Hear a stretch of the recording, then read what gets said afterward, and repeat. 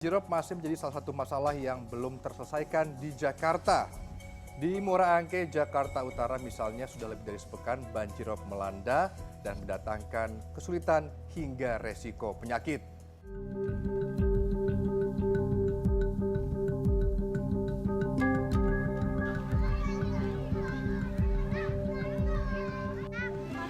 Gede banget. Pas kapan? Segini. Kemarin? Iya, kemarin tuh. Pada ngungsi nggak terus? Yang ngungsi ini mau ngungsi. Mau ngungsi. Ya. Orang baru. Soalnya sini banjirnya gede malah.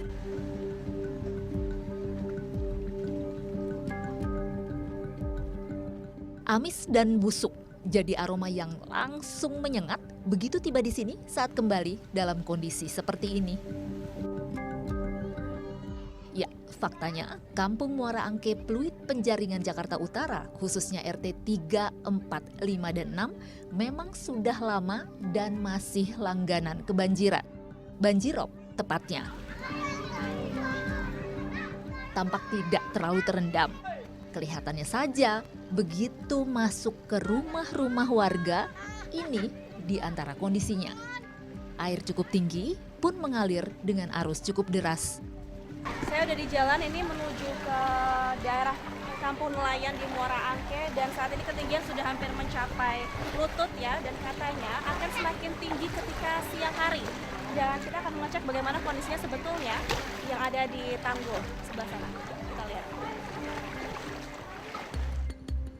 Berbagai kendala menyertai.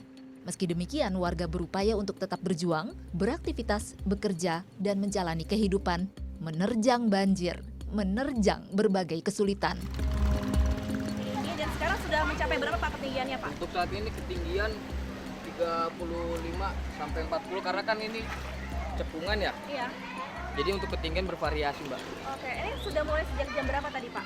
Mulai masuk air jam 9. Untuk penanganannya seperti apa Pak? Kami dari BPBD monitoring wilayah dan menghimbau warga sekitar jika ada memerlukan evakuasi, kami dari BPBD siap menyiapkan perahu LCR dan berkoordinasi juga sama pihak kelurahan dan RT RW juga. Merendam rumah warga, warung, rumah ibadah hingga sekolah. Meski demikian, belajar mengajar tetap berjalan. Semangat tetap menyala meski seragam basah setiba di sekolah. Kondisi ini sekali lagi bukan baru terjadi. Bertahun-tahun bagai tidak ada solusi. Warga hanya bisa lapangkan hati lagi, berharap lagi, dan mencari jalan sendiri hindari resiko dari banjirop yang lagi dan lagi masih terus terjadi. Ya, terganggu dong. Banjir berangkat juga. Motor mati. Udah berapa kali tuh benerin. Jadi karatan ya? Iya, karatan. Udah susah jalannya juga. Untuk mandi gimana Bu? Airnya nyala nggak? Enggak, ini beli tuh. Beli galonan air ya? Galon air, galon pikulan. Ya kan kalau malam tidur susah. Mau tidur di mana? Banjir begini. Bertahun-tahun hidup bersama naik, turun, datang, dan perginya rob. Warga beradaptasi. Perabotan dipilih berbahan tahan rendaman air laut. Juga mudah dipindah-pindahkan jika air kembali naik ke daratan menggenangi permukiman. Mati no, gak ada air. Bisa bertahan namun bukan berarti tidak menyebabkan banyak kesulitan. Di antaranya hampir setiap banjir lagi, listrik pun kerap mati. Air bersih juga bagai kebutuhan dasar sehari-hari yang jadi hal mewah dan sulit didapati. Kita coba buka kerannya. Nah ini memang sudah terjadi beberapa hari. Ini jadi alasan kenapa warga kemudian membeli air pikulan yang dijual oleh gerobakan yang memang keliling di sekitar sini. Menelusuri kehidupan di kawasan langganan rob. Faktanya saat banjir kembali melanda, kendaraan tidak bisa melintas. Mengatasinya, seperti ini di antara yang sejak lama jadi caranya.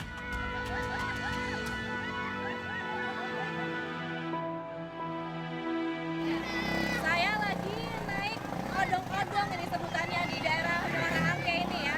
Ini transportasi yang biasa digunakan warga kalau misalkan nggak mau kebanjiran untuk bisa keluar ke kampung dari Kampung Nelayan ini. Rob terjadi sebab sejumlah hal. Salah satunya ini. Tanggul berlokasi tak jauh dari titik banjir tertinggi. Meski aliran air yang merembes tampak tenang, namun nyaris tanpa henti. Juga mengalir kian deras ke area permukiman warga tak jauh dari sini. Di seberang dari pemukiman ini ada pohon mangrove di sana dan itu sudah masuk ke kawasan PIK. Tapi situasinya jauh 180 derajat berbeda. Anda bisa melihat bahwa tanggul yang membatasi antara perairan dengan pemukiman ini saja masih terbuat dari kayu, belum ada tanggul beton. Inilah mengapa kemudian terjadi banjir karena airnya kemudian merembes ke dalam karena tidak ada pembatas yang bisa menahan airnya dari banjir itu sendiri. Masih ada sisi yang belum dilindungi tanggul beton. Faktanya tanggul kayu yang tersisa seperti ini adanya. Rapuh bahkan sudah koyak. Tidak heran banjir masih masuk dalam kalender rutin kehidupan warga. Banyak warga yang masih terus berharap dan terus bertahan. Namun tidak sedikit yang akhirnya memutuskan tidak mau dan tidak mampu lagi bertahan. Ini mau kemana nih Mas? Mau ke Muara Baru, Pak. Muara Baru. Iya. Apa? Mau mengungsi? Iya, mau pindah kontrakan gitu. Oh, pindah kontrakan. Ah. Sekalian saking banjirnya ini ya. Iya. Udah berapa lama kontrak Mas? Udah 3 bulan sih, baru 3 bulan. 3 bulan. Apa nggak betah atau gimana nih pindah kontrakan? Iya, karena banjir terus sih. Oh, jadi keseringan banjir jadi pindah untuk pindah ya? Iya, benar. Kini kembali melanda. Setidaknya sudah lebih sepekan belakangan, belum kunjung berkesudahan.